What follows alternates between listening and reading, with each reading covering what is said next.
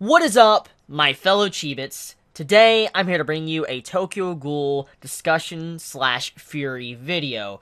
Now, this is a video I've had on my mind for about a month or two now. It's something I've had in the works, and it's something I've been trying to get more and more information on and trying to figure out what is the true meaning behind what is going on here. And as you can see by the title, today's topic of discussion when it comes to Tokyo Ghoul is Alice in Wonderland. Now, I feel like everybody has already heard the story of Alice in Wonderland. Alice chases the white rabbit down a rabbit hole and eventually finds Wonderland. She sees a weird world, and then eventually she wakes up once again. It's kind of a child's fairy tale. And there's been a lot of interpretations of Wonderland throughout the course of history. There's been childish interpretations to some serious darker turns to the childhood fantasy story. And over the many years, it's constantly changed throughout the decades of what Alice in Wonderland's true message was. What was the hidden themes behind it. And just like Alice in Wonderland, Tokyo Ghoul is very similar in that regard. It's constantly a series always evolving. Ishida Sensei is always throwing in hidden messages and making us change the way we view his series since the very beginning. And it's always just amazed me with his writing and how he constantly can just get me with how good it is every time I reread the series. And while I was rereading the series, I happened upon a title that really caught my interest, and it made me remember a certain scene earlier on in Tokyo Ghoul. The title of this chapter was called Alice and.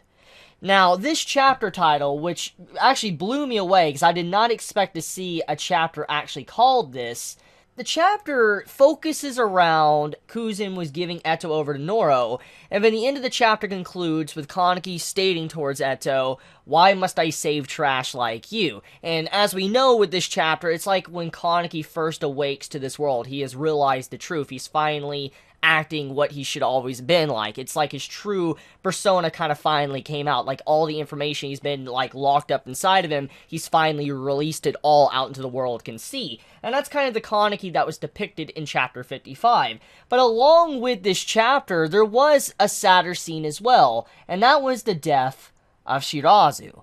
And so with a person being reborn in this chapter, which became someone that is now the main central piece of this series, someone that now is leading the ghouls and trying to change the world for them, it also had a very tragic death. And I find it very interesting in chapter 55 that it opens up with a baby Eto, which is symbolism for new life, and it has in the middle of the chapter of a death, which is Shirazu's end.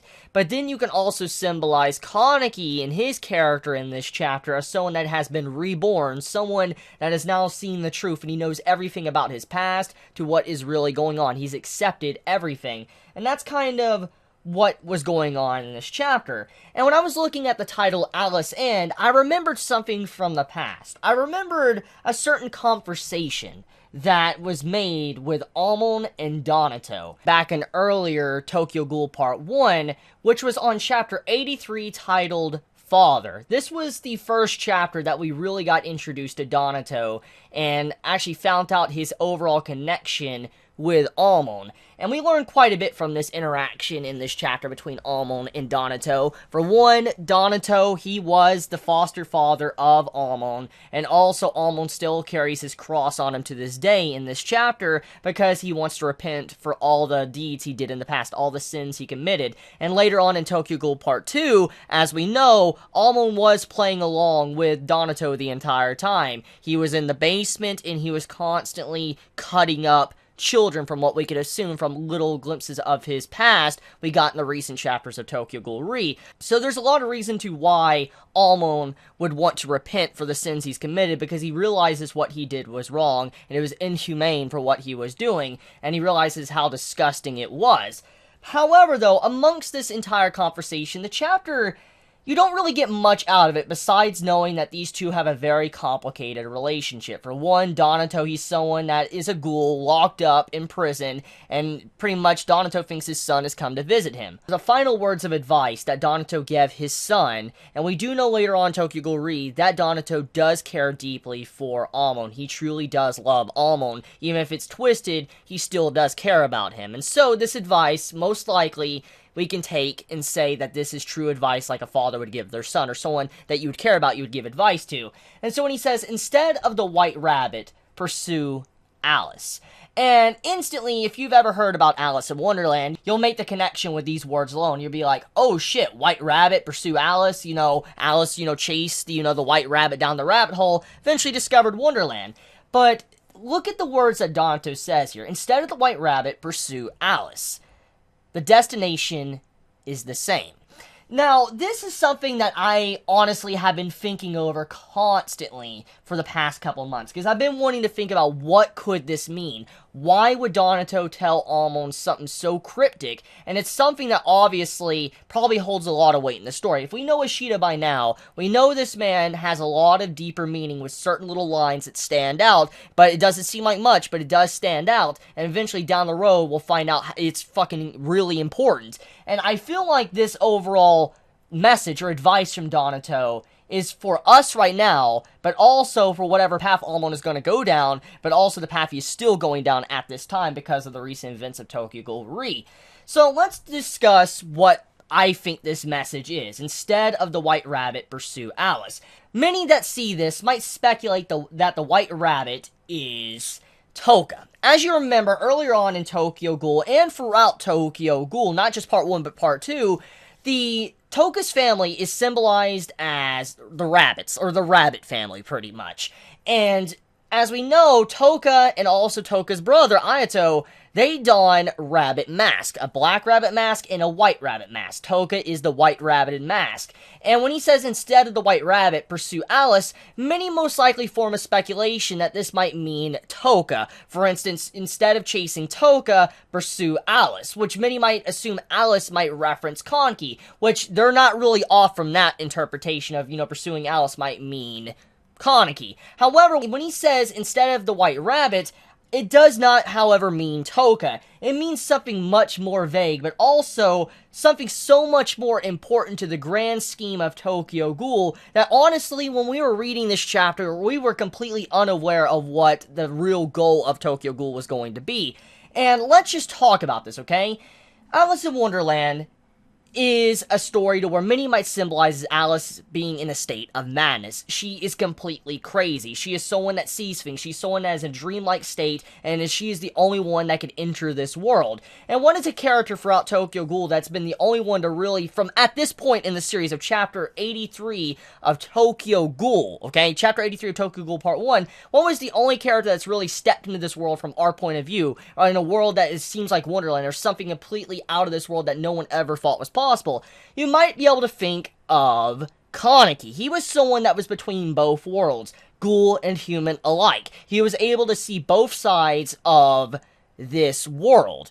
Now, when we think of Wonderland, we think of it like an illusion, a dream.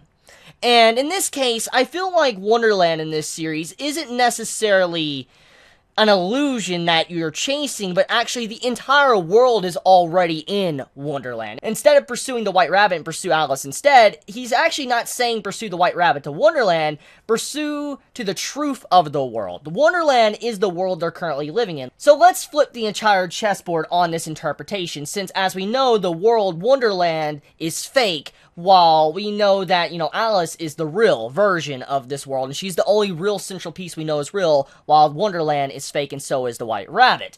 Now, we can view the White Rabbit as a path of discovery, a twisted path, or a path to find your own new ideals of the world, or in a way, an illusion. It could be either. It could be, a path of just being delusional, or it could lead you down a path of ideals that's unknown and very twisted, and it might lead you to where you might never return. Now, that is how you can interpret the White Rabbit. Wonderland, instead of being something that they're pursuing, they're trying to find a way out of Wonderland. Let's view the entire world of Tokyo Ghoul. One of the big concepts Ishida has built up for a very long time is that the world is in a birdcage. The entire world is a birdcage. Nobody knows the truth of this world besides a select few, very select few, but overall, the majority of the world do not know the truth about what is going on, about ghouls and humans alike. They don't know what's really going on with CCG. They don't know about V or the Washus.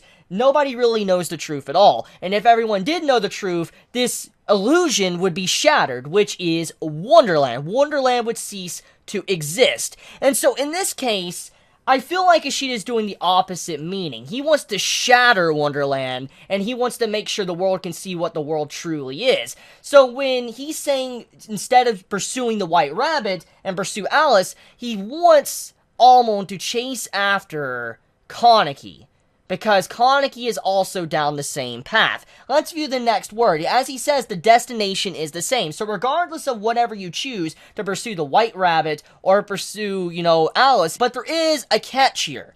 The White Rabbit is a path where you seek your own ideals and your own self-discovery and enlightenment of the world. For instance, discovering the truth of the world, which is the birdcage. But it can be a very lonely path. It can be a path to where you'll have to overcome many issues, and you might not even overcome those issues because of how bad the path could be. But overall, if you succeed down this path, it will be the same as following Alice. And Alice in this case would be Kaneki. Now, Kaneki in this sense, as I've already stated, he is someone that's already in madness. He's someone that's already been in the world of Tokyo Ghoul. He's seen both sides already. He's seen the human world and the ghoul world. He knows how both worlds work, and he realizes now how fucked up the world is, how both bridges need to come together instead of being burnt down constantly. He realizes the truth of the world, and he realizes the world isn't right at all. It's not right. It's not a fucking Wonderland. It's broken. It's a world that needs to be fixed, and it's not fixed right now. It's completely shattered.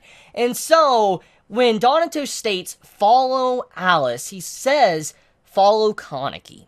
Follow the mask, the one-eyed. The reason why is because you will not be alone on your journey. Now, there is one other theme throughout Tokyo Ghoul that has popped up a couple of times, and that would be bunnies, or in this case, which has been mentioned quite a bit by a character that we don't really know if he's alive or dead, but this character that has mentioned bunnies quite a few times would be Hide.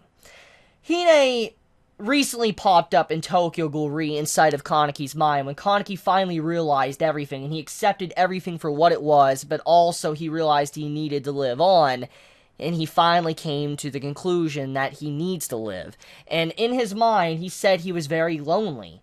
And Hide replied with, what are you, a bunny and all that? Are you gonna die? And as you know, when bunnies are alone, they die of loneliness. And Kaneki is symbolized as being someone very alone. He's been down this path by himself. No one really knows what he's really going through. And so when Donato states follow Alice, it's like, if you don't follow Alice, which is someone that's going through the same path or down the same path as you are, then you're going to face a lot of issues. You're going to be alone. You're going to be through so many hardships you won't even know what to do.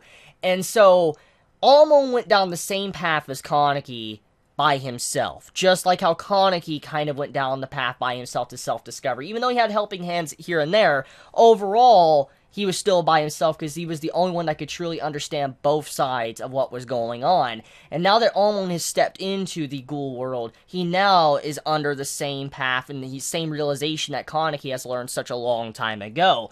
And so from this, I feel like Donato is giving words of advice. Do not do this alone. If you're going to seek this path, if you're going to seek the path of trying to find the truth of the world, do not do it alone. You will need a lot of allies, which is something that Kaneki desperately needs, and also Amon too. And thanks to the recent events of Tokyo Ghoul, we do know that there's quite a few that do care about Amon and are trying to help him out. So, it's a very touching meaning to this of what maybe Donato is trying to say to his son. But there is something else that needs to be mentioned, and that will be the title of Chapter 55 of Tokyo Ghoul Re, Alice and. Now, this is my speculation, and I don't know if we'll get an answer to this or not. However, we need to think about a couple of things that were going on in this chapter. As I already talked about, we saw baby Eto being given over to Noro. We saw Shirazu's death. And then we saw Kaneki waking up and just showing this savage side of him that just is not holding anything back. He now knows everything. He is not looking back. He's not trying to hide the truth from his mind. He knows the truth of what happened in his childhood. But amongst all this, we also see a sleeping girl.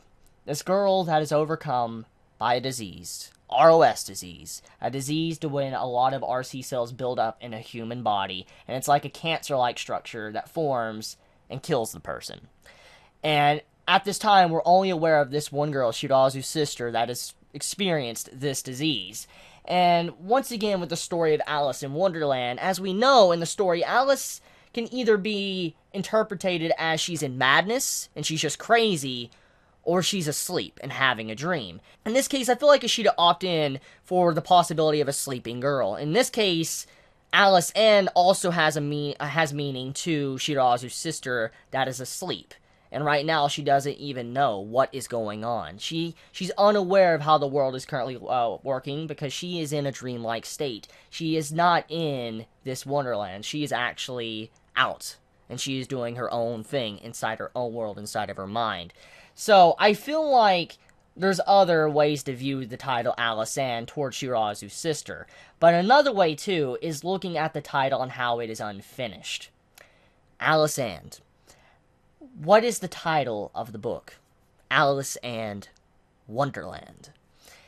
Ishida has done many times in the past, he's used titles and he has referenced many things in the future of the series. Like if you go back to Tokyo Ghoul Part 1 and you view the chapter titles, you will see a very curious chapter title on chapter 72 of Tokyo Ghoul Part 1.